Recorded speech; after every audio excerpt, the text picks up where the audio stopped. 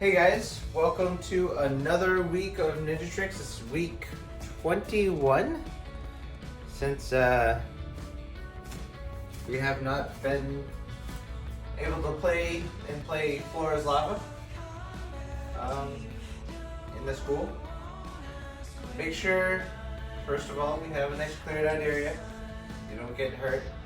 You don't want to be able to roll into anything because we're going to do some rolling, tumbling, flips. Also, make sure you have a parent's permission. You don't want to get hurt or do anything that's too crazy or even damage your furniture. With that said, let's do some stretches. I really need to stretch right now. Let's grab our elbow, bring it back, stretch out that shoulder. I've been eating so much junk food and everything lately. Sorry, I have my camera hooked up to my watch. So if you ever see me checking my watch, I'm actually seeing where I am on the camera. Because I can actually see you. You can actually see, sorry, showing you here, right here, I can actually see you or see myself on my watch. So I can see where I am, I can stop and start it. Forgot totally that iWatches could do this. Just grab the other elbow, bring it back. But it's a really neat feature because I have a wide angle lens on the other side of my camera, but I can't watch my camera or I can't watch my phone's camera when it's backwards. So it's actually pretty convenient that it's on that side. All right, let's stretch it across, just like this.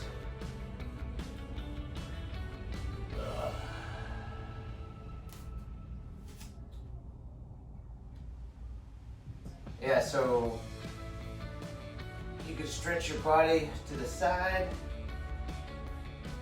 stretch your body to the other side. I know I'm stiff. Like my whole body just did not want to move today. We all have those days. I think like yesterday I did a lot of exercising, I went for a run, grabbed one foot, bring it back, and then I did my own karate classes. Oh, I did karate classes. So grab the other foot.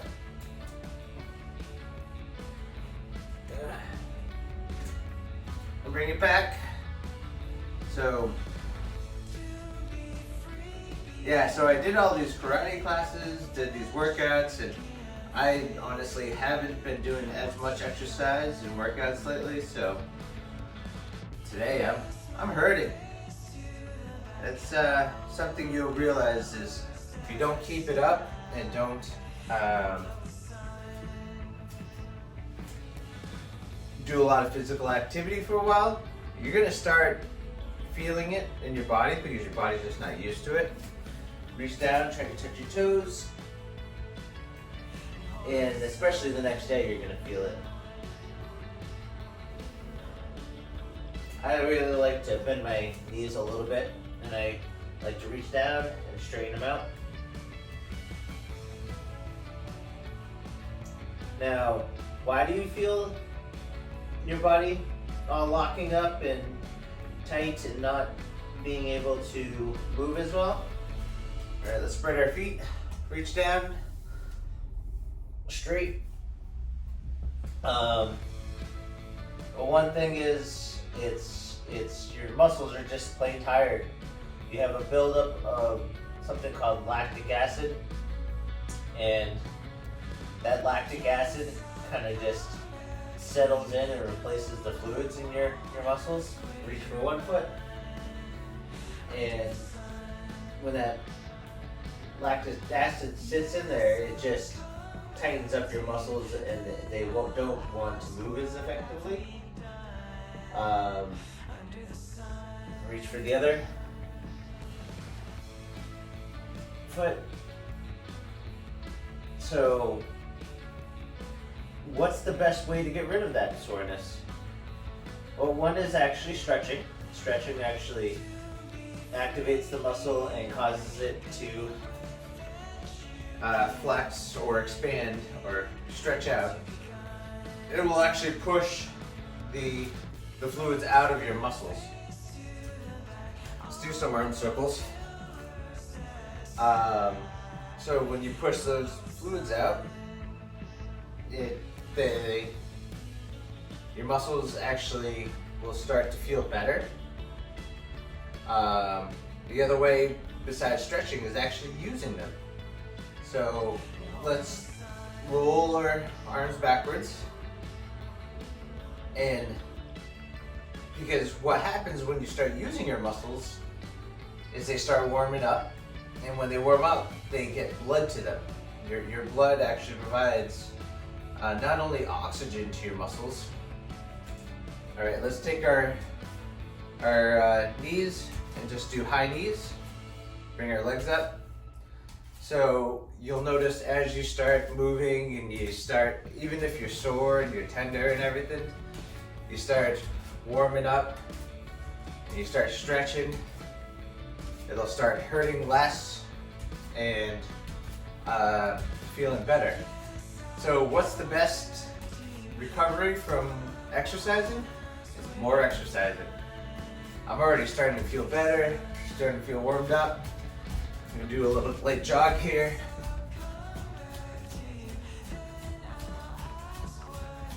All right, now just warm up these muscles, get them moving so that I can do these exercises.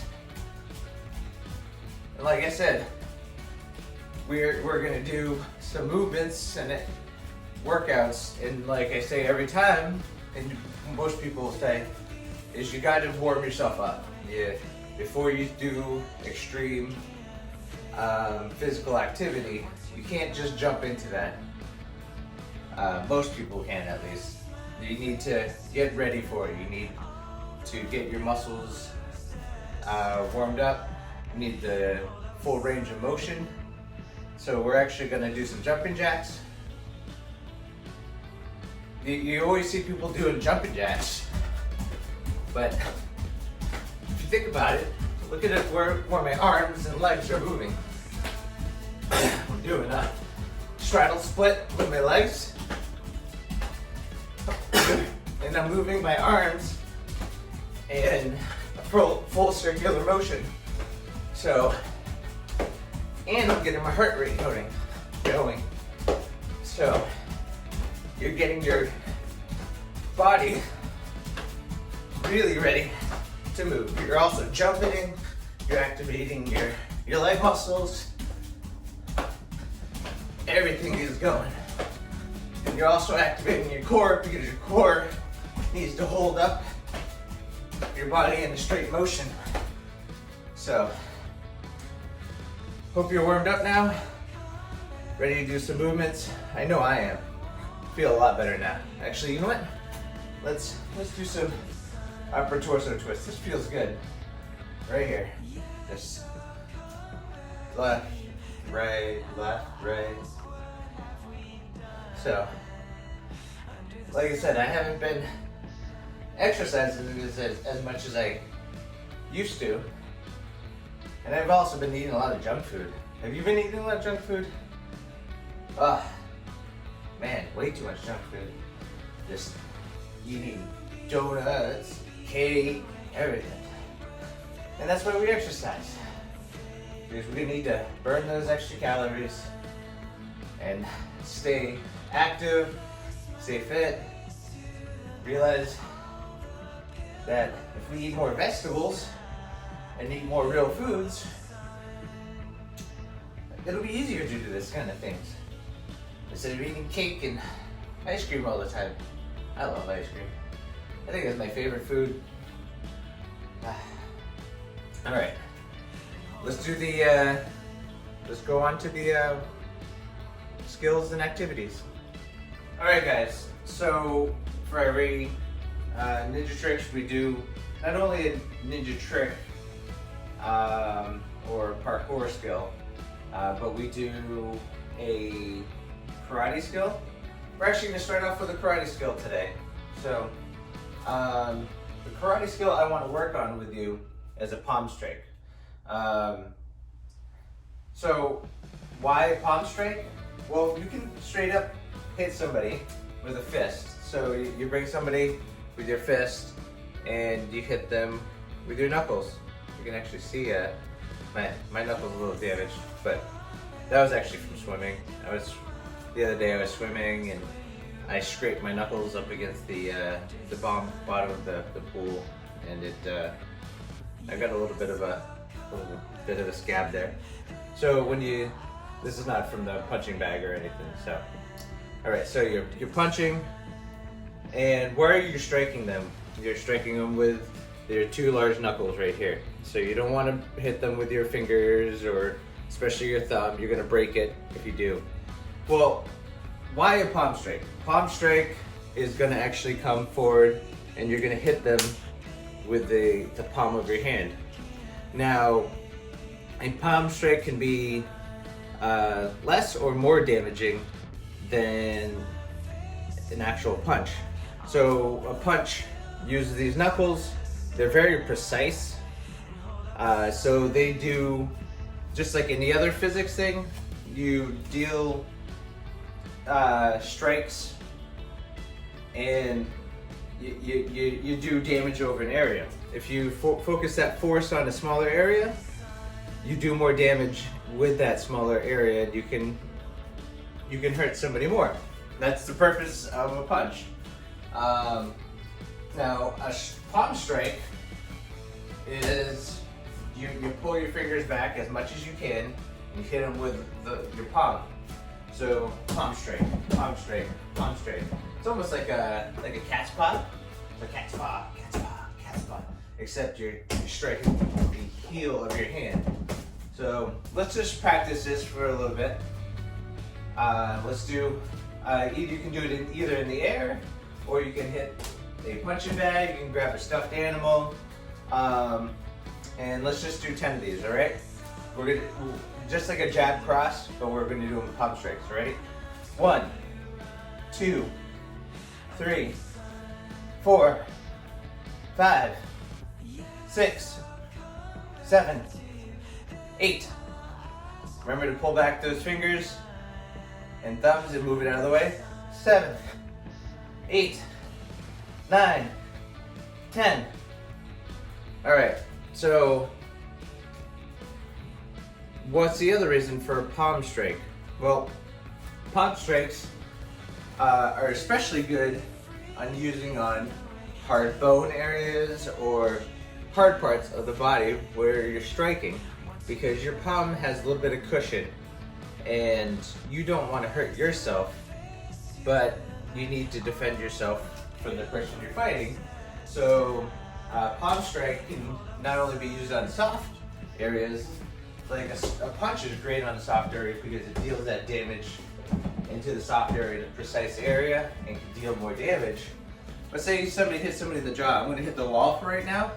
If I hit it with my fist, it's going to hurt a lot.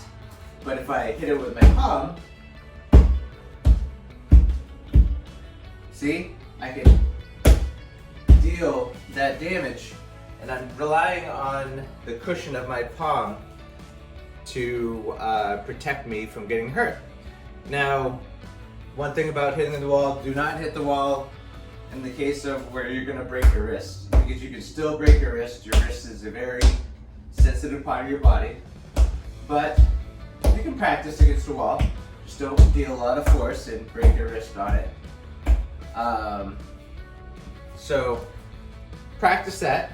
You can practice it, like I said, more on a nice soft area. We'll do 10 more of them. We'll switch sides. We're gonna do jab with the right side, or if you did it with your left side or opposite side, or you did this side, switch sides, all right? So we're gonna do jab, cross, but with palms, all right? Ready? 1, 2, 3, 4, 5, 6, 7. Remember, build good habits. Pull back all your fingers. 8, 9, 10. So where do we use this again? Where do you use palm strikes? Jaws, head, hits. Say you're hitting somebody in a area you know is pretty bony and you don't want to break your knuckles. Because if you hit somebody in the head with your knuckles, chances are you're going to break your hand. If you hit them with your palm, a lot less likely. Still can get hurt. Like I said, when you're hitting the wall, you can break your wrist if you do this too hard. But if you keep it light impact, still you can hit much harder than with your knuckles. Like if I hit with my knuckles right now, it hurts. But if I hit with your palm, you can deliver a lot more power into your hits and still be effective, even against a hard surface like a skull or jaw or knee or whatever. So that's the karate skill. On to parkour skill. All right, guys. So this month's we're practicing accuracy. Accuracy is especially important in parkour. Just imagine this: you're just running along. Say you're like true master of parkour. You're running along a building. You can jump far. You can climb high. You climb on things. You jump off, and you're flying all over the place. And then there's this tiny little thing you need to land on, and you go, huh, and you jump right over it. Accuracy. So accuracy, you want to land on an object. Be careful, like this right here. Well, that's not too bad. All right, so say I need to jump, I need to land. See, I slipped. I could really hurt myself. Land on a specific space. For this, you could use a piece of tape, or you could use a marker. You could put something down. You could have a specific towel or something. Make sure if it's a towel, you're not going to get hurt from landing on it, because it can be a little slippery on certain surfaces. I would suggest a piece of tape. If you need to, come back to me with a piece of tape. I might actually go get a piece of my tape myself. I'll give you this little break. Be right back.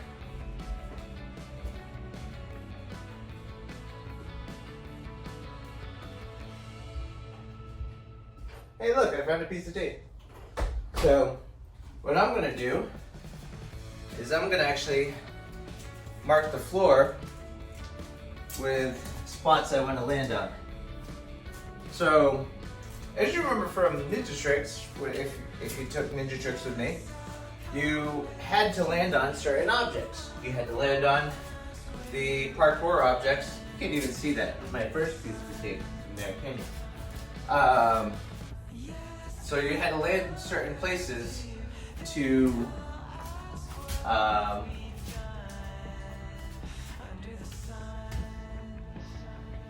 on like the different pedestals. You had to land on the different obstacles and triangles and such. So this can be a good practice for you to make sure you're landing in the proper spots. You don't want to make them too close, because then, I mean, sure, anybody can jump from right here to this spot with accuracy, but if you put down a little piece of tape on the floor and you just kind of jump to the next area, I just landed right on top of this piece of tape, jump over. So I've kind of created a square. I wonder if I could jump backwards onto that. Nope, I missed. It's tough when you don't see where you're jumping onto, right? So you might want to look. Looking is a very important part of accuracy. So look,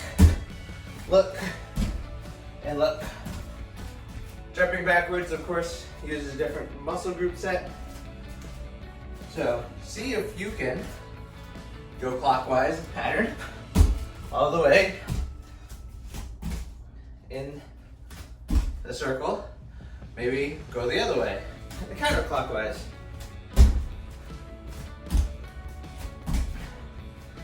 So I made it all the way around both. Now we're actually going to try with one foot this time, all right? Because often in parkour, you're jumping from object to object, so jumping, from object to object with just one foot, because you're trying to keep your speed up. You're trying to keep going while you're doing this. So say I go from here and jump over here to here to here, 1 foot at a time. You're doing parkour. Isn't that pretty cool? It doesn't have to always be on obstacles, although it's a lot more fun, right? That when you're on top of an obstacle and you can jump from obstacle to obstacle. But being able to land precisely and watch where you're stepping, watch your foot placement. Sometimes you'll have to put 2 feet down, jump over, jump, jump. And you can actually create your own flat obstacle course. Just like, I don't know if you ever played hopscotch, it's kind of like hopscotch. You're jumping from place to place. You can put more stickers down if you want, or that's another thing you can use is stickers, if you have stickers around. And then you can see how many times you can make it from obstacle to obstacle. All right? So I'm actually gonna go right into a game with you. We're gonna play a little game. We're going to play Skip the Rocks. We're gonna pretend all these are rocks right here, and you're gonna go from rock to rock to rock and try just doing 1 foot at a time. All right? Just pretend these are rocks in a stream. You don't want to fall down. You want to turn yourself around. And isn't that a song? So you're going hopping from stone to stone, trying to make your way around, and trying to do it without falling in the water. All right? This is all water, and the red stuff's lava. So I'm standing in lava right now. Maybe the blue stuff is water, and the red stuff's lava. So you don't want to end up like Anakin Skywalker. Never mind. That was a different life. But so skip from stone to stone. Make sure you don't fall in the lava. Make sure you don't fall in the water. Although skipping across lava would probably be really hot. Falling in the water would feel pretty good, I think. Don't you think? I don't know. So you can play a little game. You can twist yourself around. Try to do that. Maybe if you're really looking out for a challenge, maybe you could do a cartwheel off one of the stones. So that would be another accuracy check. You're doing this, and you're like, oh, I totally missed doing a cartwheel off that rock, and I fell in the lava. I'm dead now. Anyway, I hope you enjoyed this week's video of Ninja Trix. Hope you had fun with the little game we did. And I hope to hear from you and hope you watch my next video.